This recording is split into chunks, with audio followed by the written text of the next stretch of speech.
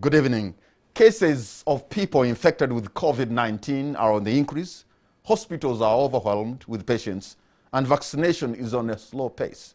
Tomorrow, June 25th, has been declared a public holiday so that Ugandans can seek divine intervention through prayer.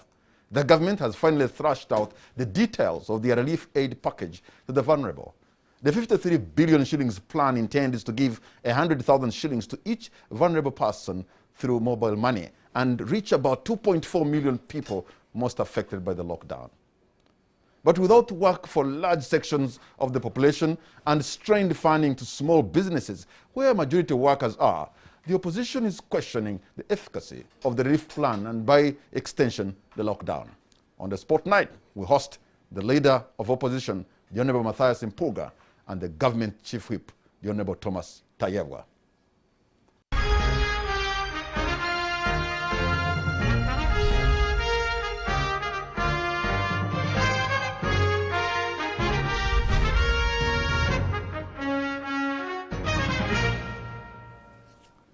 Gentlemen, thank you so much for having honored our invitation, for coming on the show. A warm welcome to all of you. Thank you. Can I just be calling you by your first name? For the first time, I have people in high position that I also know. Why not? Matthias and Thomas. Sure. Okay, thank you so much. Let me begin with you, Thomas. The Honorable Thomas. First of all, I want to congratulate you, gentlemen. You're chief whip, leader of opposition. Congratulations, gentlemen. Thank you. Those are senior positions in our country that comes with a lot of responsibilities. Thank you. Do you remember on this show about 2-3 weeks ago when I prophesied that you're going to be leader of opposition? Well, Uganda should start subscribing to your prophecies and probably they'll get more. I almost got it, and I missed it on Thomas. You know, he got mine wrong. I missed it by a whisker. But Thomas, you know you'd have gotten it if it wasn't for someone. Yeah, but I said it, and I'm happy I was correct. And spot on, and there you are, Honorable Thomas. Here we are. Honorable Mpuuga. So let me begin with you, Honorable Tayebwa. You have, as government, declared tomorrow, Friday, a public holiday so that Ugandans can seek some kind of divine intervention. Is your plan to pray off the disease? Is it what you're going to do now? You know, thank you, Kamara. I think what is very, very important about this is the fact that indeed we need divine intervention, but also to remind Ugandans that we've reached at a stage where everyone should behave in a way that is very responsible. It's all about you. Because if you go to church every Sunday or you go to mosque every Friday, then, and this one is just made very special, then it means something has gone really wrong in the world over, not only Uganda. Ugandans are a very prayerful people. In fact, our motto says, "For God and my country." And every Sunday and every time, even every lunchtime, it wasn't for the lockdown, people would be in places of worship. But for you as government to decide to say, you know what, let us now go for prayer. It's a reminder. To many people, this depicts of a leadership that has surrendered, and now you're waiting for a miracle. You mean it's wrong to surrender to God? Whom do you surrender to? Surrendering the country to God. That's what we've always done. So, it is in our constitution, it is in our motto, we are a godly people. We surrendered a long time ago. That's why even our motto says, "For God and my country." Kamara. We are a God's people. Look. But now when you say you're going to stop everything else, most people, God is going to work through leaders to come out with ideas on how the people of this nation can be protected. Look, most people are still taking this pandemic as a joke. The president is sending a very strong reminder that what you're taking as a joke is finishing many people. So let me remind you that stop all your activities, stop whatever you are doing, and go and pray. Maybe you can get God's, you know. So your maybe is that maybe there's going to be a miracle, right? It's not about a miracle. We are working. You're counting on the miracle. And we are counting on a miracle for stubborn people to realize that this is a monster we are dealing with. You look at the people who are applying for permits. I have very many friends who have been calling me. I asked, "Where are you going?" I said, "Where are you going?" in this pandemic. You're putting your life at risk, and in the end, you blame government, you know. So it's a reminder that we must behave responsibly. Yes, Just but that. a reminder, this is an issue of enforcement. But This is an issue of having people in places of positions of authority that have some form of integrity. by the way, That is what is required. by the way, you're even supposed to be home. You're supposed to be home. The country is locked down. So it's a public holiday, but you're supposed to be home. Okay? So I don't know who has been inconvenienced and all that. So we are saying let's unite as a country in prayer, but also a strong reminder that we can save off a day to pray to God for his intervention, and putting the country in God's hands has never been wrong. The country has always been in God's hands. That's why our motto is for God and my country. You need to do something more than that, because we are a people that understand, love, and respect God, and that's why it is in our own motto. And you need to go beyond that, because God is going to protect you, because he has given you knowledge, he has given you leadership that comes from him to do more. When you tell your friends who are looking for a permit so that they can be able to move, and you tell them, no, you can't, that's the leadership that is required.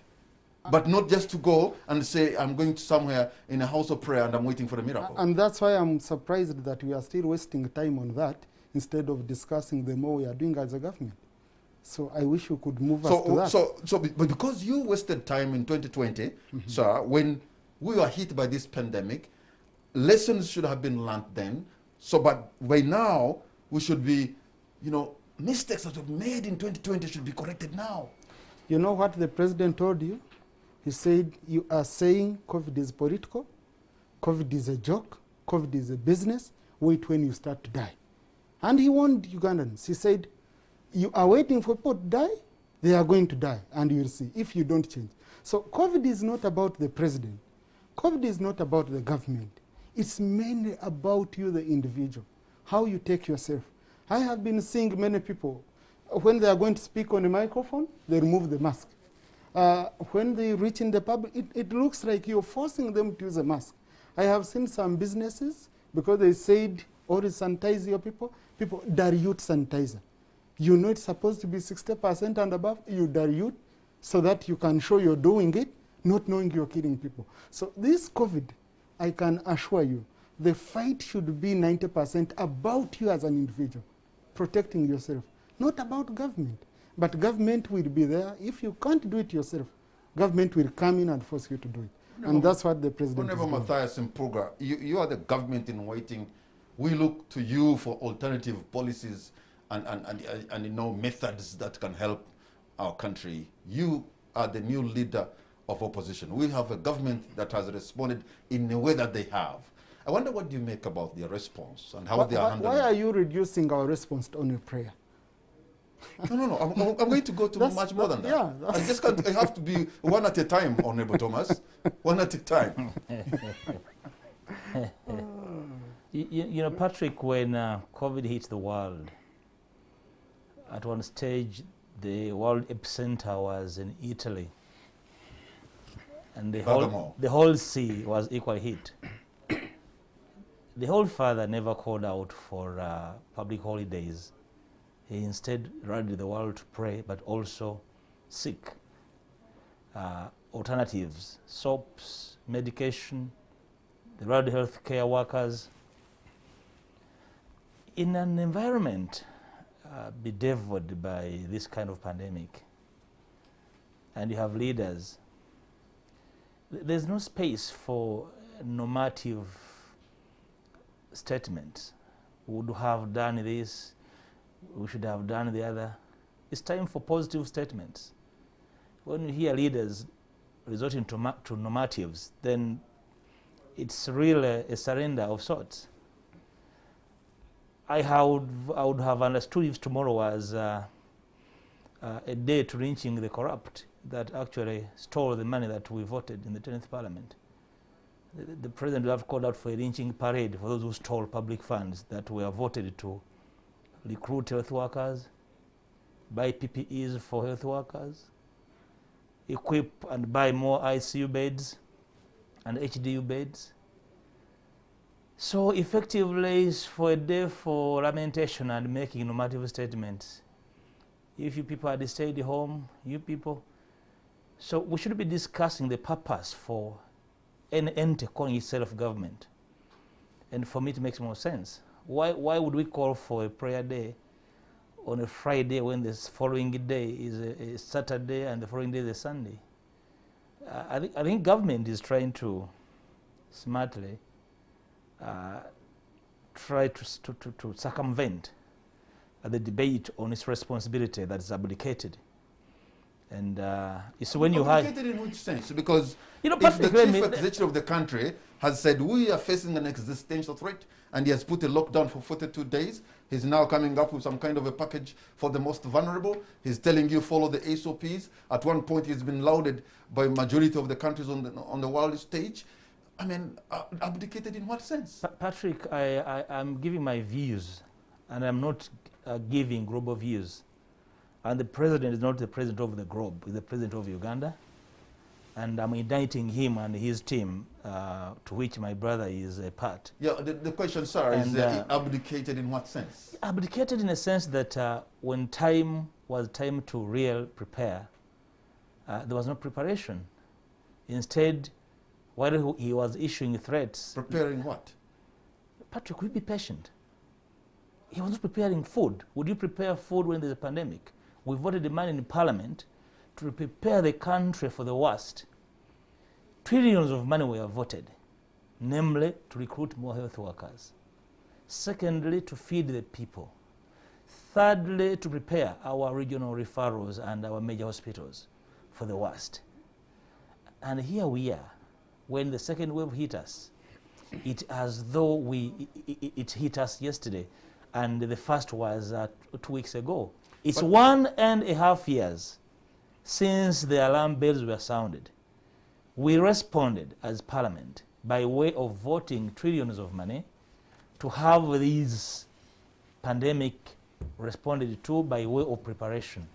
So when the second wave hit us, we started blaming the entire world and everybody but ourselves, which is why after 1.5 years, people are supposed to give a response and making a normative statement. We should have done this. Honorable Mpuuga, if a robust healthcare system was anything to go by in stopping COVID-19, Italy and Bergamo wouldn't have been brought to their knees.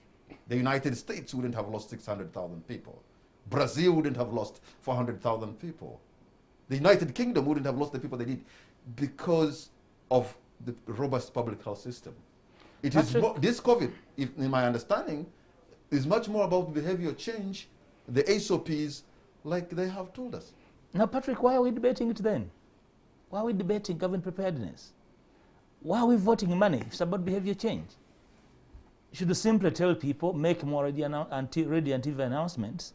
Don't buy medicine, don't pay, don't recruit more health workers. Simply put up ready announcements.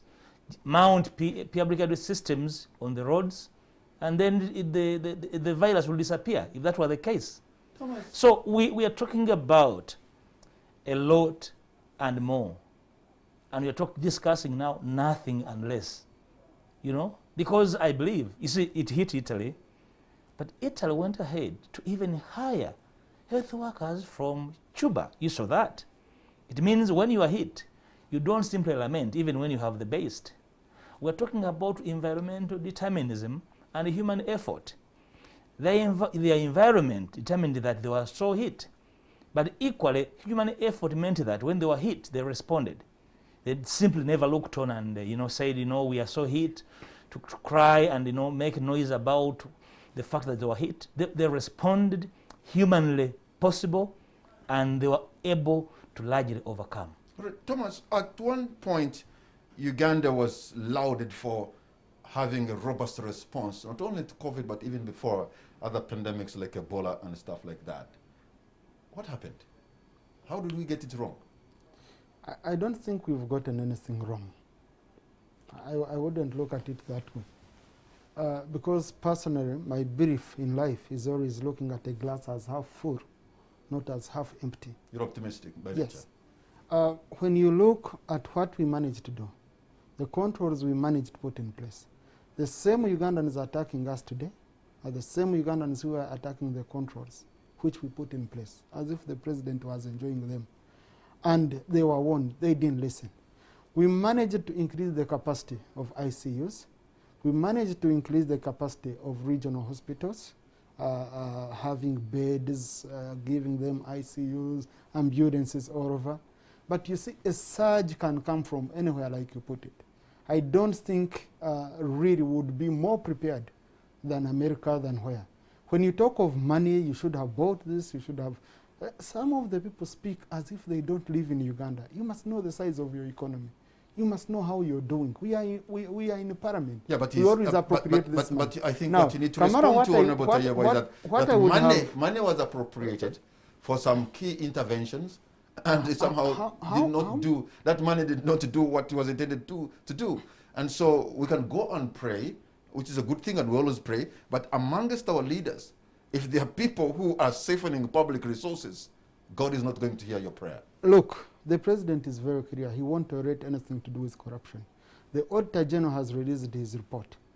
The Right Honourable Leader of Opposition knows very well the procedure. The report will come to Parliament.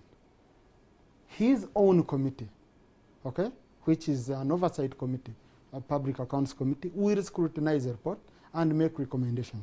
But I'm very, very sure that steps are being taken to look into the findings of the Auditor General. So we shouldn't hide behind that. What I don't like is the language of like lynching. I mean, we are a state that is run by law. You can't just say tomorrow we make it a day of lynching the corrupt, what. No, that's going back to Amin's days. So we must follow the law. And he's a lawyer. And he knows the moment we lynch anyone, because of the finding of the Auditor General, then we would have gone against the law. But what I would be interested in, but you know, me who's listening, many other, you sense the frustration of what is going on. Kamara, what I would have been interested in, I would want the opposition to present to government an alternative view on handling COVID. Formally, they have very many platforms. The main platform is being held by my senior colleague, Mpuuga, which is Parliament. So I want to see how are they saying we should do it. Just not saying you got it wrong. No. How can we make it right within the limited finances Matthias, we have as a country? You, as members of the opposition, the oversight committees of Parliament, the accountability committees are in your hands. And the Auditor General report is going to be on your desk. And you've been there before. Even in the 10th Parliament, still public accountability committees were in the opposition.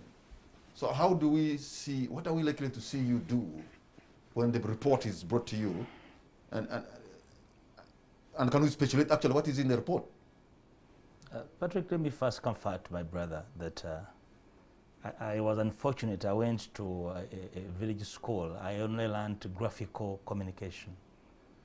So when I say lynching, people who were in London is burning probably were lucky enough, and they were not taught into graphical communication. So when I say a lynching parade, I'm being really graphical in my frustration. But I hope you've now understood me. Strictly speaking, you know, that was jest, but to mean things serious. Patrick, I outed a document of my alternative to this country 3 days ago. It's on the CPA site, the Honorable Tayebwa. And if it's on CPA, it has now become a document available to Parliament and government to access. I did it the way I did it at a presser in Parliament because the plenary is not sitting. Probably I would have asked for space on the order paper to do it. And this alternative has questions to ask and has alternatives to bear. One, we did ask government to explain what happened to the trillions we voted to confront in phase one, to explain what happened to the plan that was meant to immunize 21.9 million Ugandans. in about 12 months. And as we speak, barely less than 1 million have been immunized. But you know there are issues of supply from the manufacturer of the drugs. You know that. The government. Patrick, I'm not going to buy into laziness and flimsiness. Issues of supply. You mean supplies are going to get to you by simply praying on Friday without making effort to make them available? What have other countries done to make supplies available? No, but you know, so are we running short of supplies of health workers? Are there no health workers to recruit? No, but on supplies, are there no supplies of ICUs and HDUs? On supplies of vaccines, so you want us to really lament about that? That supplies of... Tayebwa would want to respond. Can he tell me... Yeah, just on the supply of vaccines. Honorable Mpuuga, you know, we ordered for 9 million vaccines under COVAX. We ordered for 12 million vaccines under AU. But the vaccines are being hoarded by the rich countries. And it's not a problem of only Uganda, but it's a problem of the developing world, all over. So we ordered, the money is available. Even, you know, in next financial year's budget, we have in 560 billion for vaccines. But where do you get the vaccines? They are being sold to government. Very rich governments who are controlling everything went and booked all. Some are hoarding. And that's why we've been calling on the international community. And the president raised it on budget day, saying, why are you hoarding the vaccines and technology? So the money is available, the will is there, but we can't access. How do you respond to that? You know, Patrick, the problem with my brother and General Museveni, they believe that they control information. All that you control is this Ugandan government. Information is awash at the availability of vaccines from other sources. You waited for donations. All we have here are donations. I can tell you, you go to the Johnson & Johnson website and see availability and how many African governments have procured them. So you do not have control over information of availability. All vaccines are being in Africa are being brought under COVAX and AU. Okay, tell us about ICU beds. No, you are talking about vaccines. No, I'm migrating you because we are not going to engage in a contest. You're migrating me because you don't want to admit that what you're saying is wrong. I cannot admit because I know you are being flimsy in the way of managing this matter. This is an international issue. So when was the last time you sent an invoice you sent an LPO to buy vaccines? What's the date? You think vaccines are bought like goats? No, I am using LPO to bring the viewers to believe your listeners, to understand your listeners. We booked 5 million under When? COVAX. When? I think it was around March last year, even before the vaccines could come out, because COVAX... So he's saying they booked in March before the vaccine was made? Yes. And you want to be believed? Because COVAX was made, COVAX was established before vaccines were made. Maybe you're meaning March this year. No, COVAX was established before the vaccines were made because we knew they were coming. You plan ahead. And all African governments booked together. 5 million under COVAX, 9 million under African Union, and but when you talk about COVAX, does that mean you're buying it? Because COVAX is a global vaccine sharing kind of drug arrangement. That's it, because there is a pool. He's asking where you have to use your own money, and you're not waiting for charity. African Union. That's Ugandan. Please, talk about Ugandan money. I wish Honorable we gave government money. I wish Honorable Mpuuga. They chose to wait for grants. I wish Honorable Mpuuga, you are a party which has international connections. Show us we pay. Are you in disagreement that there's a problem with accessing vaccine, even to the countries that developed? Japan, which is hosting the Olympics right now, has not even vaccinated the biggest number. European Union. They have not vaccinated, not because they are failed to access these vaccines. They had choices to make. They had voted. They had elected to use a particular vaccine. And that's the difference. Do you know European Union? They had elected European Union use particular vaccines. Kamara, European and this information Union, is available. European Union took AstraZeneca to court to say that don't take vaccines out of Europe before satisfying us. You know, vaccines are nowhere. All right. The thing is, we are not making the vaccines. But the good news is today we've dispatched vaccines to 135 districts, and then tomorrow KCCA will also be getting over 500,000 doses. They might be small, but at least we are moving. Whatever we get, we dispatch right away. So you, just the other day you had 170,000 doses. Yes. So you have increased it more now? Yes. What do we have? What is the capacity that we have? I really need to cross-check, but NMS has issued a statement gentlemen, today. there's one thing I also want to ask We both are, of you. no, you know, Patrick, let's get straight. We're talking about a plan, a government plan. So what is the government plan over the next 6 months about vaccination? It's very simple. We have booked. We are waiting for the makers of vaccines to give us.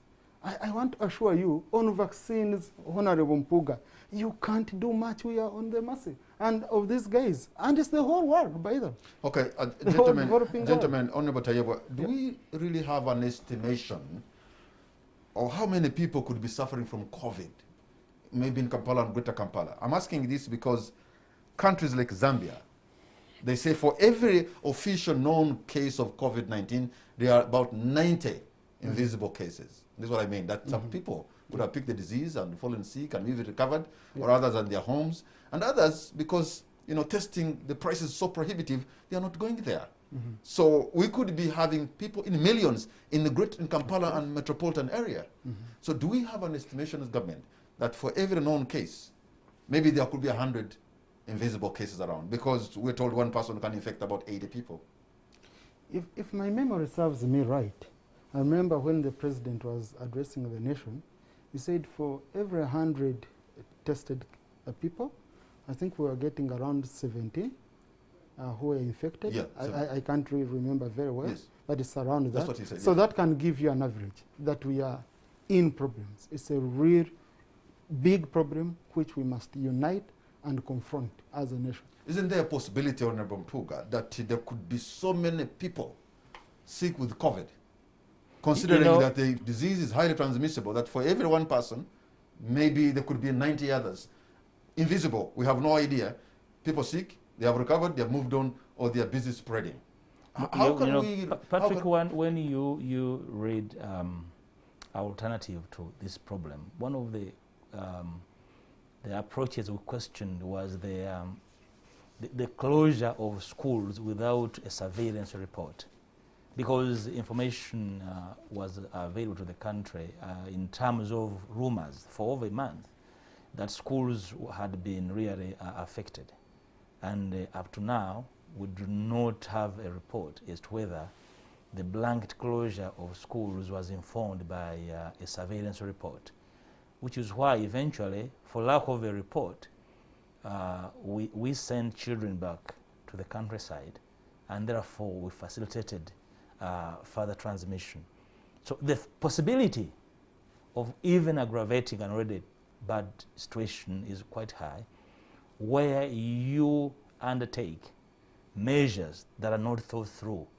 When you undertake measures of close down, close schools, go home, close the country, without measured and reflected deliverables, we actually deferred on that and said if government had had time to probably make a better reflection based on statistics, they could have used schools as control centers. But instead they turned out to be transmission centers, given the manner in which they were closed. And when you do that the way it was done, you saw how much we spread via taxi parks and buses that took the children in the countryside. Secondly, we questioned the blanket closure, the lockdown of the country, and we said it would have been phased. One, to take care of the already existing scientific approaches, namely that you would close for 2 weeks. 2 weeks because it's the period that is regarded as enough to quarantine those suspected. 2 weeks to isolate for those that are on treatment. And therefore you open and measure how much milestone you have made, either through immunization or through testing. One of the things talked about is that the testing function is dead, because testing and immunization would really move in a complementary manner. It's simply close for 42 days. So what is the science in the 42 days? I've just filed my 14 days break, 1 week open. Because again, you want to close for 14 days and open for 7 days, simply because the economy is also suffering, and it's individuals that are meeting the cost of treatment. So they need a window to generate some revenue as you undertake other measures. Honorable, these are...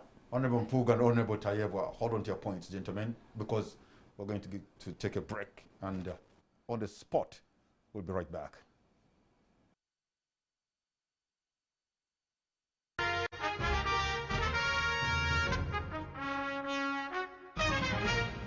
Welcome back. You're watching On the Spot. My name is Patrick Amara. My guests tonight are the Government Chief Whip, Honorable Thomas Tayebwa, and the Leader of Opposition, the Honorable Matthias Mpuuga. And now we're going to want to discuss the response that government is taking. I know now about 53 billion shillings is being earmarked to help the most vulnerable by giving each 100,000 to reach 2.4 million Ugandans.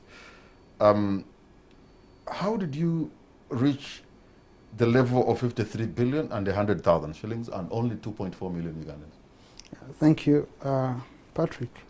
But just before I answer that, there is something I just wanted to mention on what my colleague Lop said in regard to the alternative statement which they made. I wish maybe we'll get more time so that they give us more proposals than questions, because it seems it's full of questions than proposals. And what we need at this stage are proposals. Can I correct you? No, I'm saying... No, can I correct you? Because whatever you are saying here, a question, we questioned this, and a proposal, so, and he hasn't read it. And yeah, because we haven't received it. But luckily enough, we had a chat, and he has nominated 2 people on the National COVID Task Force. I would implore them to present it on Saturday in our meeting, and then we would welcome it, and I'm very, very sure it will be beneficial to the country once we pick out the good points. Yeah, that's why we are saying just accept you need help. So no, we already called you to nominate. You nominated 2 people. Yeah, you cannot nominate me. And I am Dr. not an extension of government, but I can nominate people. I'm saying you nominated 2 people, sure. Dr. Batua and Dr. Bwanika, and they have been invited for Saturday's meeting at 11. I hope we shall get that document, because where it is we haven't received it as a government. So going to the question you posed, those are speculative figures, Kamara. Those are speculative figures. Maybe someone was generally looking at what people are talking, but what I can tell you is the committee is meeting again on Saturday to look through the different proposals.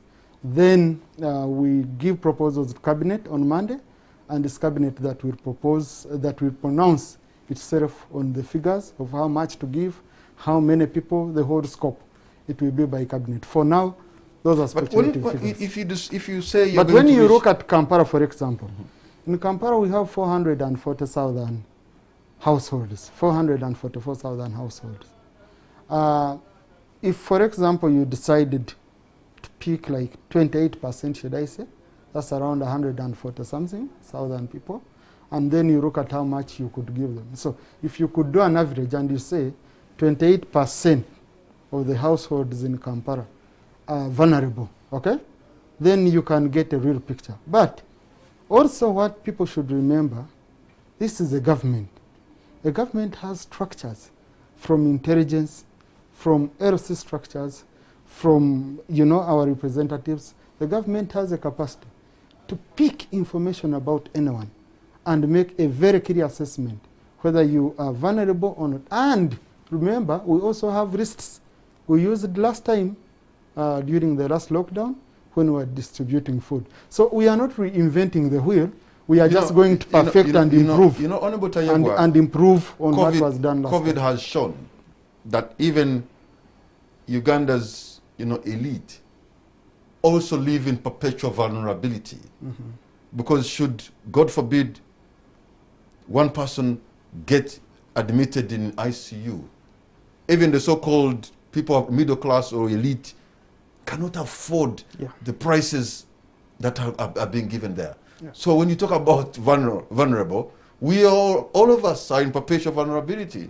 So I wonder how you even come to say maybe about 18%, 19% are vulnerable. No, sir, So, we are all vulnerable. So you're vulnerable, Kamara. We are vulnerable. That watch of yours can feed you for how many months if you sold it? My vulnerable Kamara. So we are all vulnerable, but what we look at, even me, Tayebwa, I can say I'm vulnerable. What we look at is levels of vulnerability. And also, really, I know what's going on, especially like on treatment. How many Ugandans or people in Kampala, God forbid, if their family member, their loved one, is admitted in a hospital here, can actually afford to pay? No, that's, but you are only looking at people in the private hospitals. You remember there are others who are in government hospitals. Yes, but now you're overwhelmed. An example hospital like Lacho Hospital, they issued a statement. If you spent 100,000 at Lacho Hospital, you can be treated for the whole period. If there are drugs which are not in the hospital, maximum you can spend 750 according to the director of the hospital. So the private hospitals, what they are doing is indiscipline. It's criminal. You know, and that's So why why working so with our you- colleagues, Who owns Racho? and that's why working with our colleagues, owns Racho? Lacho is a missionary hospital, okay? Yeah. And these usually have support of government. Government supports such a hospitals. To handle emergencies? To handle sickness. You know, let me tell Whether you, let me tell you imagine- this. So Let me what tell- I was Honorable going to tell you, Tayebwa, Kamara, what if you we can need- if you can be here and tell Ugandans that what is happening in the private hospitals is criminal. If that is true, then even you leaders who are in positions of leadership, when you stand by and watch, it is equally criminal. You see, and that's why we need to be robust with the law. And I hope really we are going to come up with proposals of introducing two important laws which help many countries. The Consumer Protection Law and the Competition Law. Those laws are very, very important. For now, our laws, the way they are structured. I mean, you can't stop a private hospital from charging what they are charging. You know, But because, all I because know- I'm picking your statement because to the me- government chief whip is saying what is happening there is criminal. it's And a I'm really- thinking people who are bad are not only those who are doing vulgar, who are killing Kamara, and we've are been abusive, having- but even those who stand by and watch and let it happen are equally bad. We've been having people in ICUs. What is so special about COVID to say someone should be charged 5 million?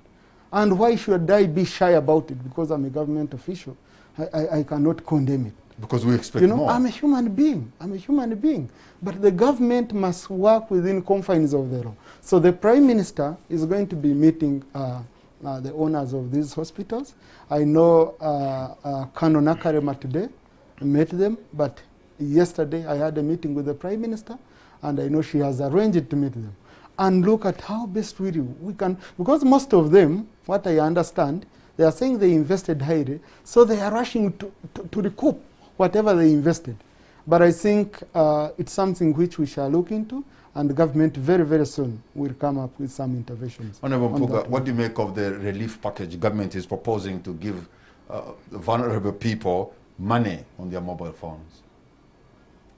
Well, I'm learning today that government expects people like you to sell their trousers to be able to access treatment, because you have more than 3, so sell it 2, and by doing so you are not vulnerable because you have trousers to sell. For you in particular, you can mortgage your wristwatch and get treatment because you have one. Should I also say it was a graphic, you know? Well, You know? of course, it speaks about the construction of government about poverty and vulnerability. Of course, we haven't yet gotten to understand government's construction of what would constitute the basic basket as the premise for determining how much to give, whichever number they will agree to give, which is why I am not into the business of giving people relief, although I made a comment on it that direct payments are probably better in an environment where you do not even have data on who owns a mobile phone and who doesn't. in an environment where actually the most vulnerable are most likely the ones without funds. Which is why I go back to my alternative of opening and closing in intervals, cascading the lockdowns instead of making them long-term. Because I know at the end of the day, people will have to go and really hike out their livelihood, that the government will not be in a position to do that. Secondly, when you listen to the fact that the government has its hands tied because the treatment regime is very expensive, then you ask yourself, does government have a formula and therefore the cost they want to share with the private players? So that when you send a Wanukano Nakalema to do whatever heavens know, so what is she discussing with health practitioners in terms of cost? What does she know about cost? What does she know about the cost stream of hospitals?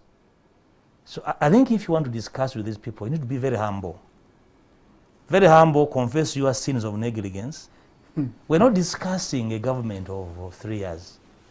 We are actually finally harvesting 35 years of negligence of the health sector. If you see this, you believe, government is in trouble, this has befallen them, then ask yourself. I remember in the 9th Parliament, it took us halting a budget to compel government to increase the payment to health workers, as if this government lives in exile. And here we are discussing supplies. We are discussing basic things of facilitating government hospitals. So the government now is looking on as though it is a regulator and the private suppliers are the ones to provide the services. And therefore the duty of government is to regulate and intimidating the private sector players. The situation is indicting of government.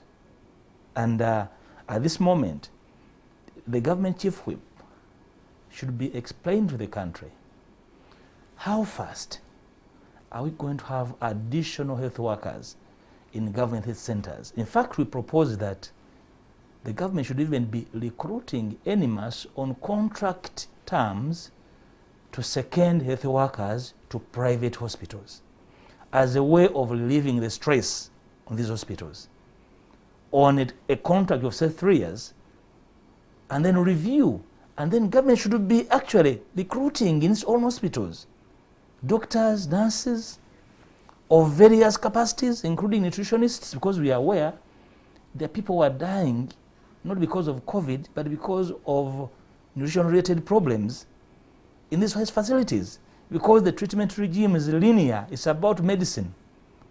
Yet some of the sick people have attendant underlying problems that ought to be analyzed. So I expect this, but not simply telling us, you see, we have sent our funding to shoot the virus. So you will really need to have plausible responses to the problem. Nobody's going to be intimidated. We're not going to hide away from the virus for 42 days. We need a robust response of a health and economic nature to be able to find a meeting point. So now that I've talked about 42 days, Honorable Tayebwa, what's our plan after 42 days if we are to open up? What should we, it is hinged on what? On vaccination? Number one, all this we are doing, we go by the guidance of scientists.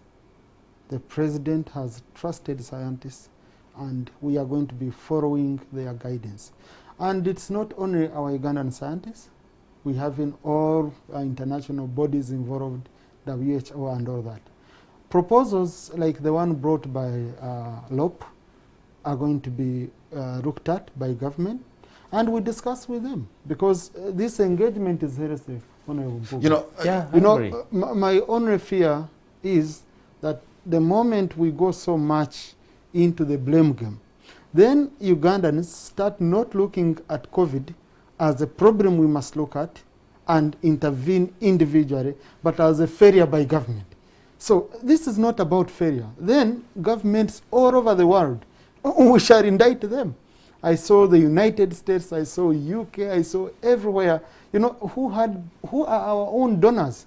Suffering, crying everywhere. Yeah, but so we expected, when you talk about 42 days on Tayebwa, that maybe in those 42 days, you would have ramped up the vaccination.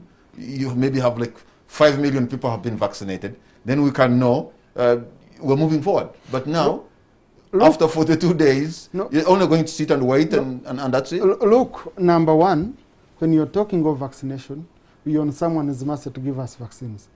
We have the money, it's available, we've ordered, but someone is not giving us the vaccines. And the president was categorically clear on that. Number two, even when you're vaccinated, you can still get the virus and spread it to other people. So it's just beyond being vaccinated. And by the way, I'm concerned about people who are vaccinated because most of them are sick and they don't show the symptoms. So they are moving around freely, spreading it all over to people who are not yet vaccinated. So the vaccination plan will depend on the response, because for us, we did our part of ordering. We are putting the pressure as the African Union, as a government, to ensure that we get the vaccine. We expect some from Russia. We expect some from China. No, Tayebwa, I'm sorry for this intervention. Just a second. Yeah. I think the question that Riyadh is obtaining, that what would be the deliverables in the 42 days in as far as what we are facing is concerned? That's not what is coming out. And I will try to navigate your approach by breaking it and saying, yes, we could do the 14 days because then if you have those under quarantine, you are able to determine their response. If you have those in isolation, probably on treatment, they would have gotten a response. And therefore, you would follow up with testing in the week of, in the breaking week to determine the veracity of your actions. So we're asking, what are the actions in the 42 days? I can tell you this, Kamara, and I want to be categorically clear because I don't want to speculate. That proposal brought by LOP will be taken to the scientists who will analyze it and give guidance to the president. That's the best answer I can give you. Beyond that, I will be speculating. Otherwise, it's a welcome proposal. Let's scrutinize it. Yeah, but still you seem not to have answered. Did you get into the lockdown without, actionable points to say in these 42 days we shall do A, B, C, D? I think that's what I wanted to ask. No, that's what he has emphasized. In the 42 days, okay, we are ensuring that all vaccines we get, they reach people and they get vaccinated. That's number one. And number two, we are also fighting hard to ensure that indeed we equip our hospitals. Someone will say, what were you doing before? No, it's a process. We've been working on that. Number three, more health workers. Finance has already provided money. I was in the meeting this week. Finance cleared, said, look, there is money. And the Minister of Health confirmed that it had already started on the process of recruiting more health workers and equipping hospitals. And there is a panic, like Sorot Hospital, okay? I was with the Vice President. Some people are saying, we fundraise for hospital beds and all that, but we found 60 hospital beds were already on the way to Soroti. So government is doing whatever it can in such circumstances. And as we know also, our budget, Kamara, I don't want to sit here and pretend that we have all resources to do everything we are thinking can be done in a minute. No, we must go back and look at our coffers, which he can look at, which you can look at, and then agree that indeed this is doable, this is not doable. Well, okay. What specific, help, Honorable Mpuuga, should be given to small and medium enterprises that employ the majority of Ugandans? Now they're under lockdown because our economy was hit hard last year and it continued getting hit this year. What kind of stimulus package can we give the small and medium enterprises? Patrick, in the 10th Parliament, we demanded for a robust stimulus package from government for all areas of business, medium term, small enterprises, and of course the big ones. And when we demanded, the Minister of Finance continued to warb about it, and then he said, he announced that money was available in UDB, And of course, that was escapist. And up to now, so many jobs were lost, so many businesses were lost, which is why our tax base is narrowing. And the proposal not to entirely close down, NMAS is in the line of saying we need to have a window where these small enterprises can breathe, while taking the necessary precautions. We insist that SOPs are a must be observed, that people can still be able to keep some of these businesses alive. But also, money should be voted into the sources where people access microfinance. The problem, of course, we have is that the microfinance support center and its attendant, channels have been a subject to abuse by politicians over the years. And therefore, this window also is as vulnerable as citizens. So the best way to do it is to provide an environment that can facilitate private enterprise to thrive without waiting for support of government. Namely, waive some of the taxes in the meantime. Taxes on key resources into their businesses, power, water. We even advise that some of the proposed tax measures for the next financial year could be halted until normalcy returns. Taxes on housing, taxes on fuel, because we know the trickle-down effect on business when the fuel prices rise. We know the form of effect, trickle-down, when you have fuel prices going up, because at the end of the day, fuel is a key component when you're computing the inflation. The inflationary pressure that will rise out of fuel prices will affect the CPI, the consumer price index, and all basic consumer goods, because we are net importers. So are we able to leverage the performance of these small enterprises by way of making provision on the key inputs to their operations? Water, prices of fuel, electricity, and so on. So what do you do with 18% on water?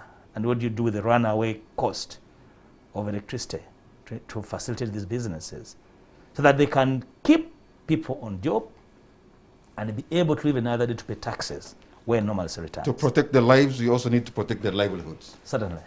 Gentlemen, we're going to take a break, and on the spot we'll be right back. And when we come back, by the way, I'll open the line so that you too can be a part of this discussion. You're going to see the numbers on the screen.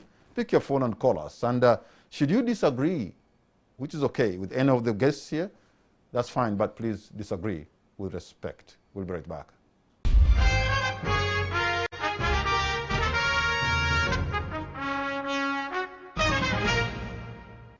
Welcome back. You're watching On the Spot. My name is Patrick Amara. My guests tonight are Honorable Matthias Mpuuga, the leader of opposition, and Honorable Thomas Tayebwa, the government chief whip. And we're discussing the government response to COVID-19. We are under the lockdown, but some people were asking Honorable Tayebwa that probably wouldn't it be good to sort of ease the restriction somehow so that some people can be able to have their livelihoods, because when they have their livelihoods and they can make some money, then you actually don't have even to go and start giving them money for them to survive.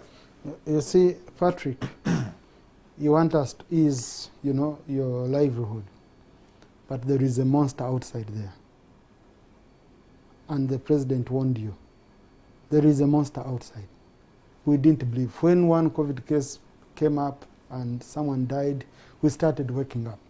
Most of them woke up when it's late. But you had asked Lop about the stimulus package, and he said the Minister of Finance, board, and all that. But Lop knows we appropriated money. UDB received 455 billion, which most of it has gone to SMEs. Number two, we appropriated 50 billion, which we also released for microfinance support center, that has gone to local SACCOs across the country, lending to them at a small fee. We gave 230 billion Mpuuga. That was also under COVID relief. Yes. You see, the problem, people understand money when it's distributed in Kampala. But now this one went up country, reached all over. So we put money under Pride Microfinance, under Post Bank, you know. All of this is money going into COVID relief. And now we have also in this year's budget, next year's budget, I think we have in 130 billion, again to UDB, going to these SMEs. We are targeting businesses of around 100 billion. But also you remember, government, 100 million, sorry. Also you remember, government, the Bank of Uganda intervened and loans had to be restructured. You remember government intervened and said no cut-off of water and all that. So some tax reliefs for some of the products that came in. We can say we should aim at doing more, okay? So but now, what we do shouldn't say that there was. What do you think about that man or that woman who is renting in downtown, has just taken a loan, and he has rent to pay, has a loan to pay, probably has goods who they are not selling? Yeah. You need to help that person. Yes, yes, we need to. We need So to. are you going to help them? We need to. Are you going to help them? Listen, we are helping because How? when you put money in these sectors, and this money is appropriated by all of us. It's not Museveni's money, it's not NRM money, it's government money. So we must put it in sectors where they can achieve it. These are extraordinary times, Kamara. These are not normal times. I don't want to come here and pretend that they are normal times, we should do ABC. No, these are difficult times, not only for Uganda, but for the whole world. People are making losses, businesses all over the world are closing. So, and we can do what we can manage to do within our meager resources. Mpuuga, what would be your alternative for the businesses that are facing such challenges today? They are locked up? Patrick, you asked me the question I already answered, but I can still respond. If you want to understand what Thomas is talking about, you just look at the structure of the budget. He's talking about extraordinary times. If you look at the budget, does the budget reflect extraordinary times? And we warned during the budget process because we were concerned already.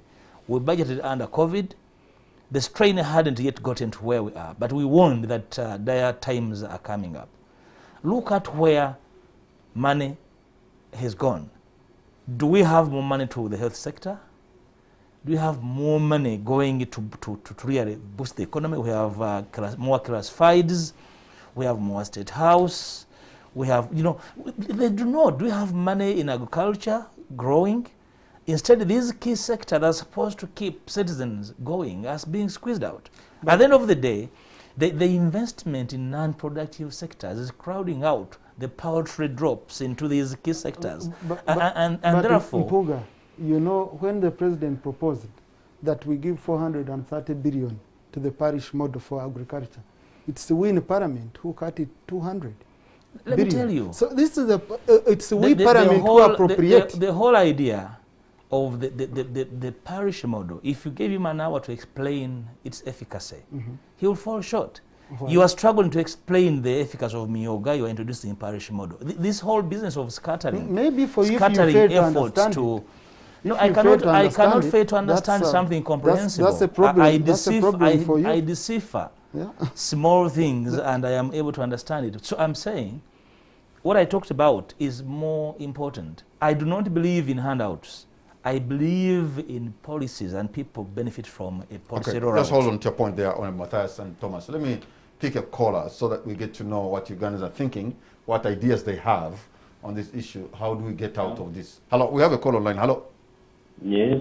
Good evening, sir. To you, Mr. Patrick Kamara. What's your name and where are you calling from?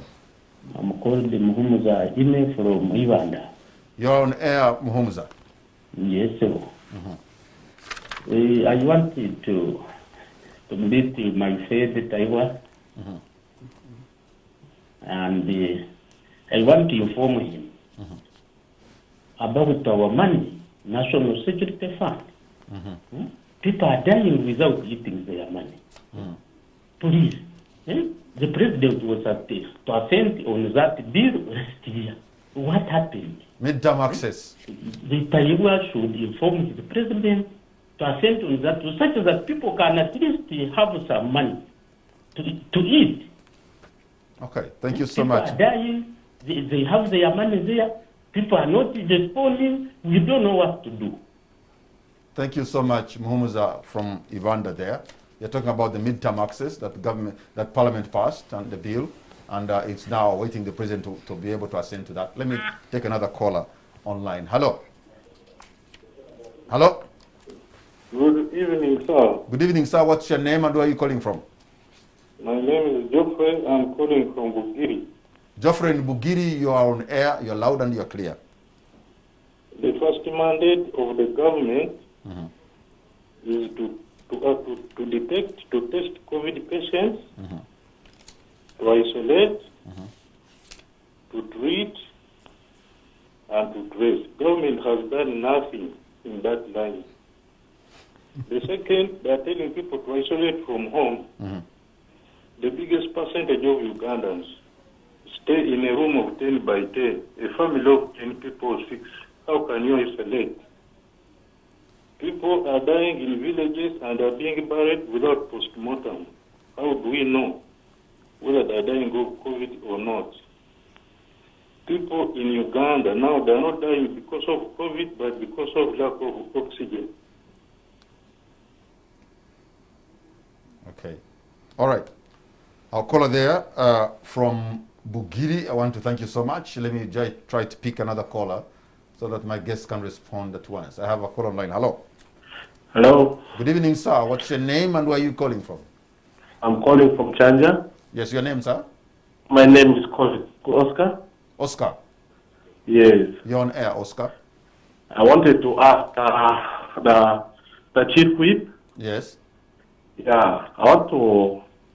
There's something I wanted to find out from him.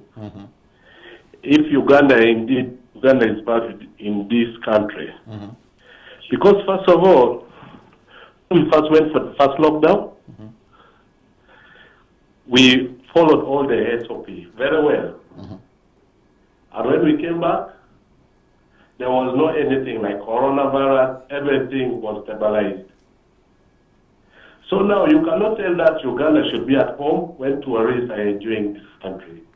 And we have been obedient, we have been following all SOP. So that's only my question for him. The tourists are enjoying, Ugandans are not. And yet the problem is in Uganda. And Oscar is not understanding that. Thank you so much. The government chief whip will be able to respond to your issues. I'm going to take, yes, I have another caller and that's going to be the last call. Yes, for my tonight. name is Dan. I'm calling from Tayebwa. Could you repeat that, sir? My name is Dan. I'm calling from Tayebwa. Yes, Dan, you're on air. Yes, my question goes to Honorable Tayebwa.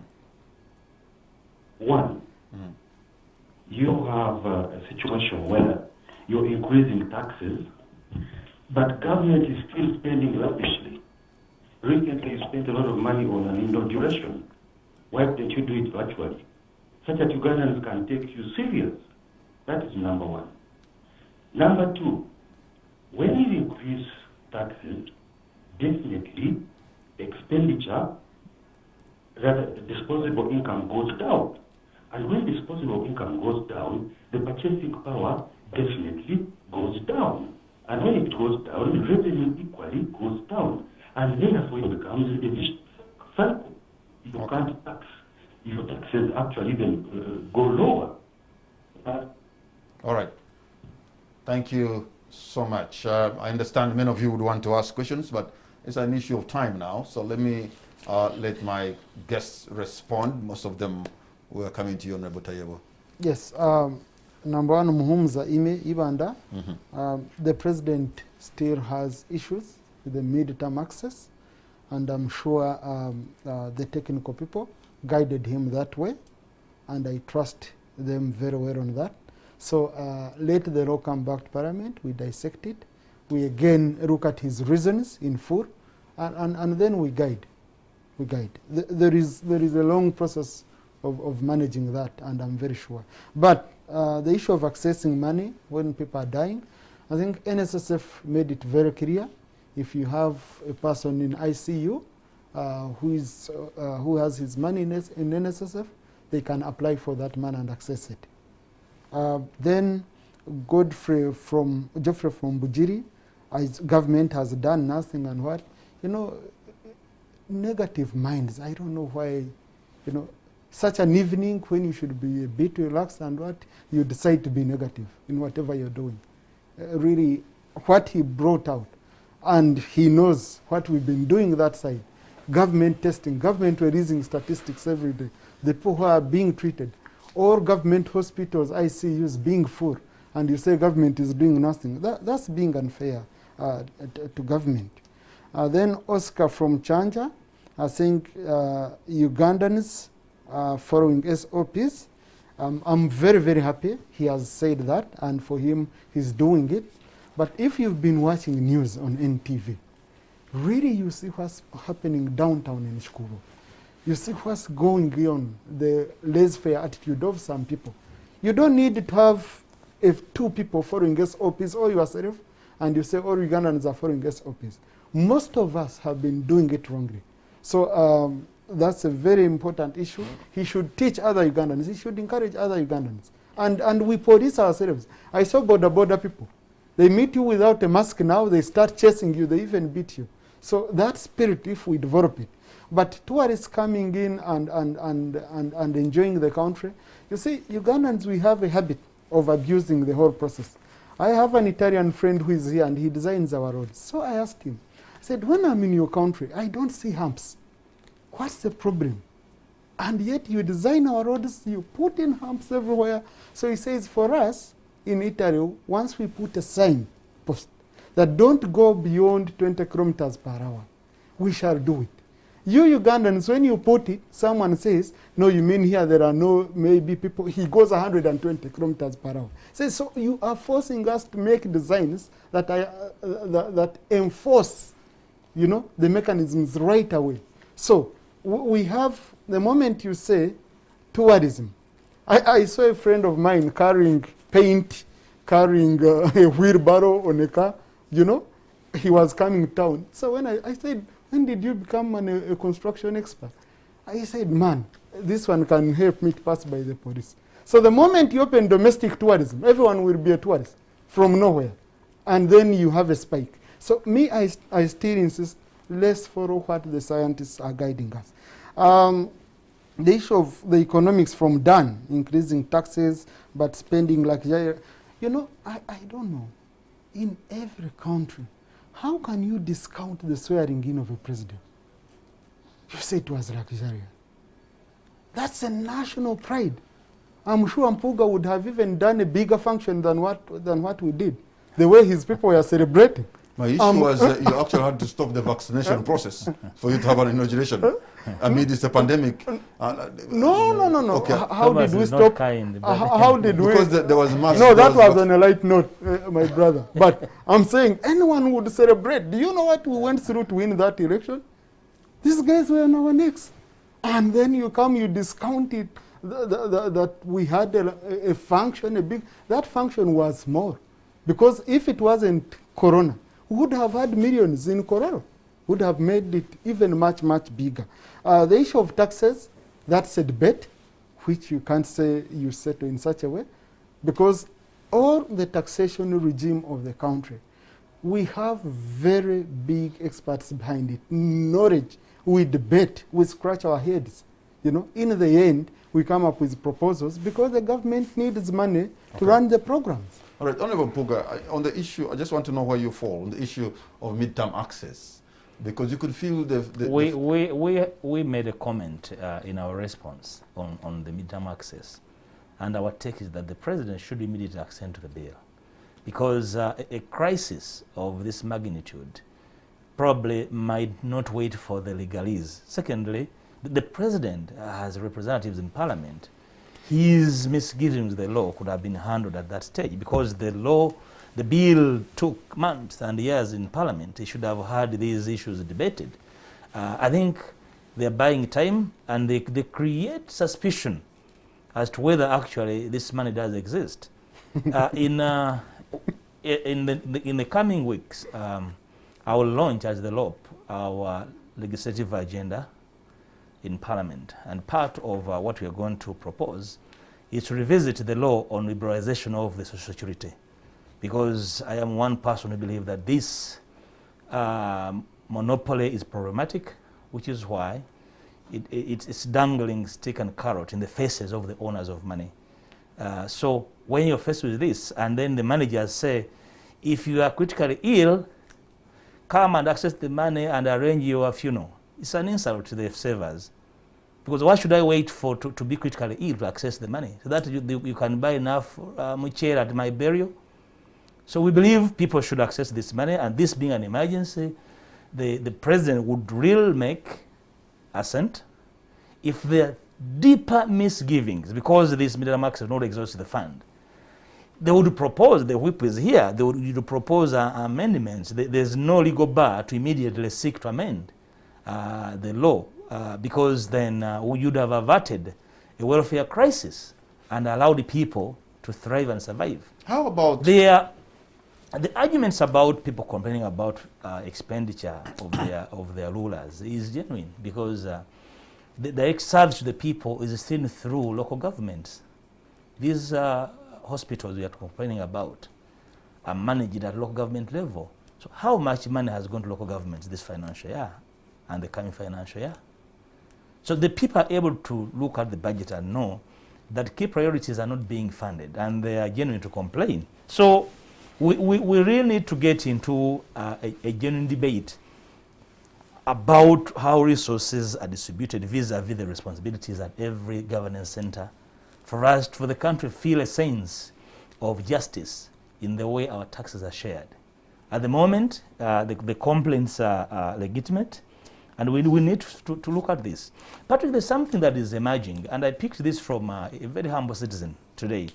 Said, now look, government saying, you know, we need to re-avert the levels of infection, but the burials are becoming problematic. Hitherto, burials were the preserve of government, but lately citizens are burying their own without the presence of specialized people.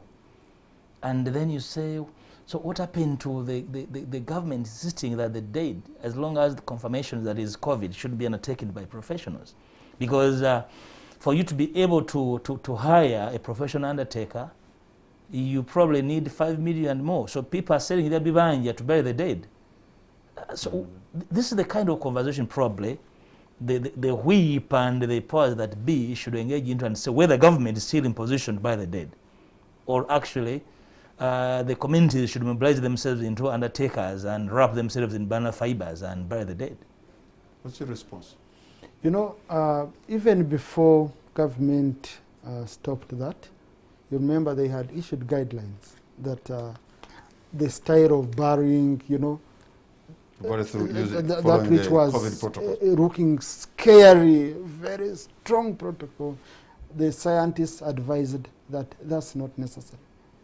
It doesn't help for government to come to bury, and then for you, you're congregating somewhere in big numbers close to each other, and you're spreading COVID.